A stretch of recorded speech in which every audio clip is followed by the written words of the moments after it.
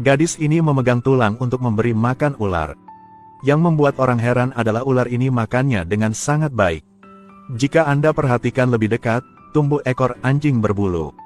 Namun, hewan-hewan ini masih bukan yang paling aneh. Jika aneh, harus menyebut kodok ini, itu memiliki wajah anjing. Apa yang membuat orang lain tidak percaya? Semua fenomena aneh ini dari tangan Dr. Kozak melakukannya. Untuk melakukan penelitian, dokter memutuskan untuk hidup selamanya. Dia secara khusus mengambil seekor anjing Tibet untuk pengujian genetik. Dan anjing ini bahkan lebih tidak sederhana. Itu tidak hanya hidup 500 tahun. Tetapi juga untuk duduk dan berjapa setiap hari dengan para biksu hebat. Meskipun Sagi hidup 500 tahun. Tapi tetap tidak bisa lepas dari tangan dokter Kozak. Untuk mengklarifikasi rahasia umur panjang Sagi, dia juga mengambil kembali banyak hewan untuk bereksperimen. Namun percobaan tidak hanya gagal. Sebaliknya, itu juga menciptakan selusin hewan mutan yang lucu. Tapi dia tidak punya niat untuk menyerah. Keesokan harinya gadis itu mengeluarkan tabung gen dari Sagi. Pertama-tama, ia berpura-pura patuh. Kemudian luangkan waktu mereka mengendurkan kewaspadaan mereka. Dengan cepat menggigit tabung gen di atas meja dan membidik mereka. Karena darah itu bersifat menular. Sekali terinfeksi, akan berubah menjadi seekor anjing. Jadi mereka tidak berani menghentikannya. Itu dengan arogan ke lift. Lalu tekan lantai 1 dengan mahir. Baru saat ini melarikan diri dari tangan Dr. Kozak. Sagi berjalan di sepanjang gedung percobaan dan berlari. Tak disangka, di tengah jalan bertemu dengan dua orang anak. Kali melihat Sagi yang sangat mencolok. Jadi diam-diam membawanya pulang. Tapi ayahnya Dev sangat membenci anjing. Melihat Sagi muncul di ruang tamu. Tanpa mengucapkan sepatah kata pun langsung menariknya keluar. Itu tidak patuh.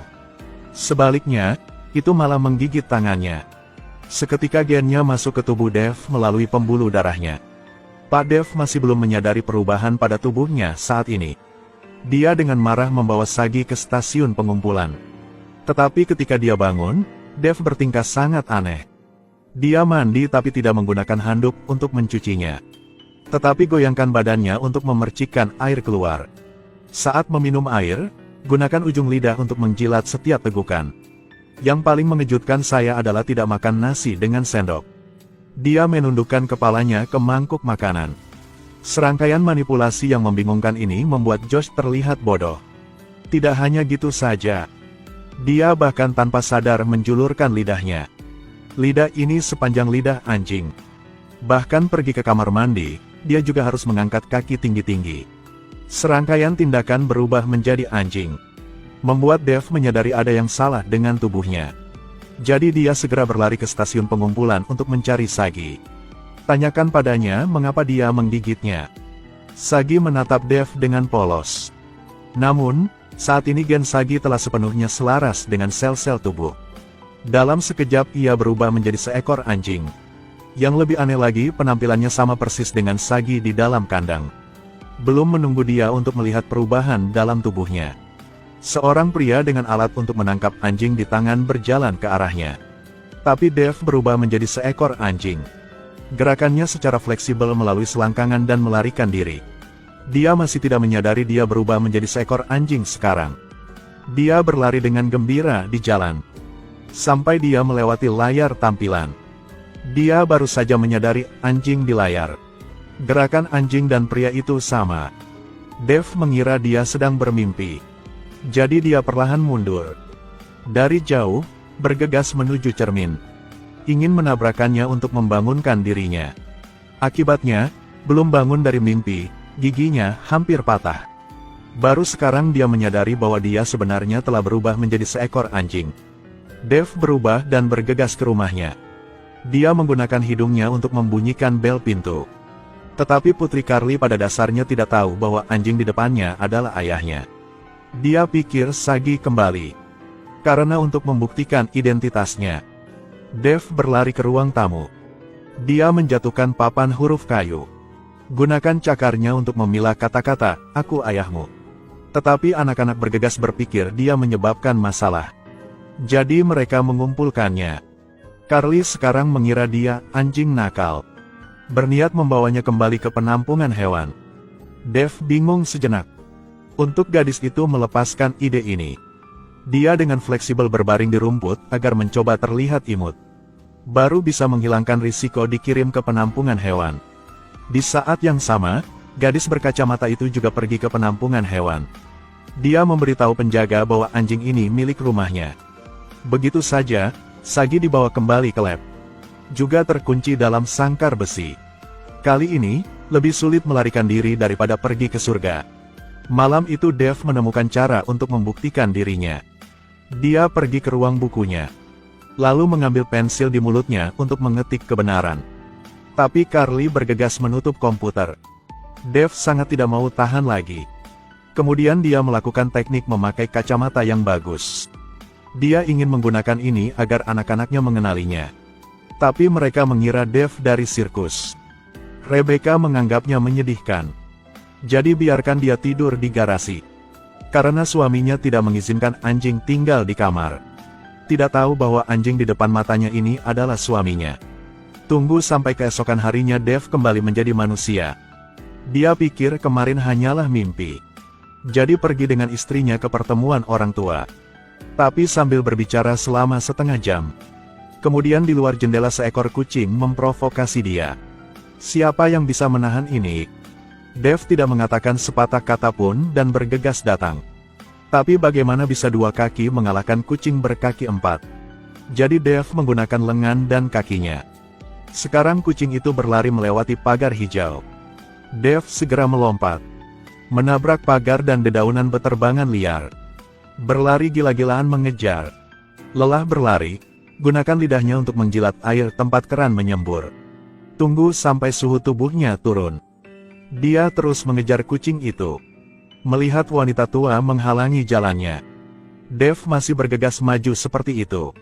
Tiba-tiba menabrak wanita tua itu terbang ke atas pohon. Saat ini, bahkan kemunculan dewa tidak dapat menghentikan tekadnya untuk menangkap kucing. Kucing itu sekarang berlari ke meja makan. Dev segera bergegas. Karena makanan di atas meja terciprat ke wajah para tamu, membuat mereka tercengang. Lalu kejar kucing itu ke sebuah gang. Tetapi pada saat ini Dev menyadari ada yang tidak beres. Ketika dia melihat gambar di dalam air, dia baru tahu bahwa dia telah berubah menjadi anjing lagi. Sebelum dia bisa bereaksi, alat penangkap anjing menangkap lehernya. Ternyata tim manajemen kota menangkap Dev. Untungnya, anak-anak berhasil tiba di penampungan hewan tepat waktu untuk menyelamatkan Dev. Tetapi menjadi seekor anjing juga memiliki manfaat yang baik. Yaitu mampu mengungkap rahasia para si kecil. Putra Josh tidak suka bermain rugby. Hanya karena ayahnya menyukainya, jadi dia mencoba bergabung. Dev juga mengetahui bahwa dia sengaja memperburuk nilainya. Maka ayah akan membiarkannya mundur dari tim. Dan Carly, harta keluarga, juga mulai jatuh cinta. Dan ketika dia tidak di rumah, dia menyelundupkan pacarnya ke rumah. Sebagai seorang ayah, tentu saja dia harus menghentikannya. Tapi laki-laki itu menggunakan tulang untuk menipunya. Tunggu sampai dia memasuki ruangan lagi. Lalu yang menunggunya adalah suara pintu yang berat menutup. Bahkan hari ulang tahun pernikahan ke-10 pasangannya. Dia hanya harus menyimpan bunga di mulutnya di luar restoran untuk menonton. Ini membuat Rebecca mengira Dev telah berubah cintanya. Bahkan anjing itu memberinya bunga. Tapi sang suami bahkan tidak meneleponnya. Dia yang patah hati memeluk Dev dan terisak di dalam mobil. Jika bukan adalah seekor anjing, maka dia tidak akan tahu di hati anak dan istri. Dirinya begitu buruk. Dia seorang pengacara yang hanya tahu bekerja. Perhatian terhadap keluarga semakin berkurang. Hari ini Dr. Kozak mempercayakannya dengan kasus pembakaran. Menemukan bahwa terdakwa mengatakan laboratorium. Ada katak berwajah anjing dan ular berekor anjing. Mitos-mitos ini pada dasarnya tidak ada yang percaya. Itu juga membuat orang banyak tertawa. Tapi Dev percaya pada kata-katanya. Dr. Kozak segera meninggalkan tempat kejadian. Hal ini membuat Dev semakin percaya bahwa perusahaan ini memiliki sesuatu yang tidak biasa. Jadi pada malam hari, dia berubah menjadi anjing lagi. Menyelinap ke gedung eksperimen Dr. Kozak. Ingin menyelidiki apa rahasianya di sini. Ketika dia menemukan lab, Menemukan Dr. Kozak hadir. Dia bersiap untuk memberi bosnya ramuan keabadian. Tetapi setelah disuntik, tubuh bos tidak berhenti kejang-kejang. Maka obat itu telah diubah menjadi obat demensia sebelumnya. Tujuannya agar bosnya menjadi lumpuh. Dengan demikian mengendalikan seluruh bangunan eksperimental ini. Adegan ini baru-baru ini dilihat oleh Dev di ventilasi. Dia segera berlari keluar dari laboratorium. Tapi dia berubah menjadi anjing. Dokter Kozak dengan jelas melihat melalui kamera. Dev bergegas pulang. Dia melompat dari sofa. Tarik kotak huruf kayu di rak buku ke tanah.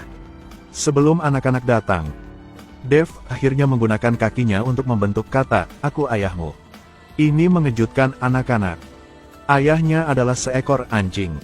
Sekarang dia mencium bau yang aneh. Ternyata ada anjing berwajah tebal kencing di pintu. Dia hendak bergegas keluar untuk menghentikannya. Lalu tiba-tiba sambaran petir menyambarnya. Tersengat listrik dan jatuh ke tanah. Yang menyetrumnya adalah gadis di laboratorium.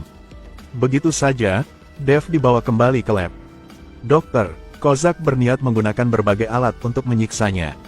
Dengan wajah sangat puas menunjuk ke arahnya. Tanpa diduga, Dev terkunci dalam sangkar menggigit jarinya. Namun, luka kecil ini tidak diperhatikan. Namun baru dalam hitungan detik, tubuhnya bereaksi untuk berubah menjadi seekor anjing. Tingkat penularan ini sebanding dengan risiko biokimia. Tunggu setelah Dokter Kozak pergi. Rombongan mutan imut ini langsung membahas cara keluarnya. Sagi memberitahu Dev, "Duduk saja untuk bermeditasi. Singkirkan semua gangguan, gunakan hatimu untuk merasakan kebaikan dunia. Dapat berubah dari anjing menjadi manusia." Hewan lain setelah melihat Dev melakukannya. Semuanya telah menarik dan menghembuskan nafas. Hirup aura surgawi laboratorium.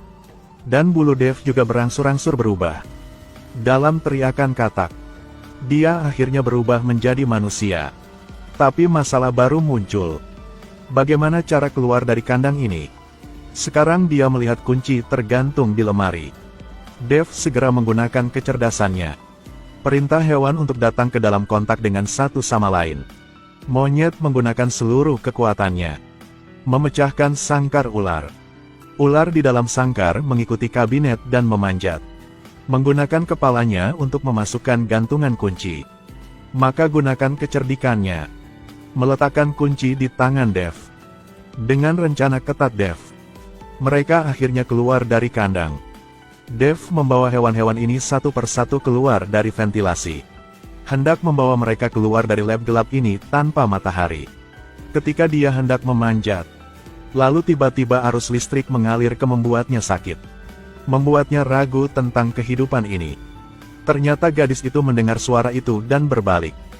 Begitu saja, Dev dikurung di dalam sangkar. Hewan-hewan di saluran ventilasi juga segera membahas tindakan penyelamatan.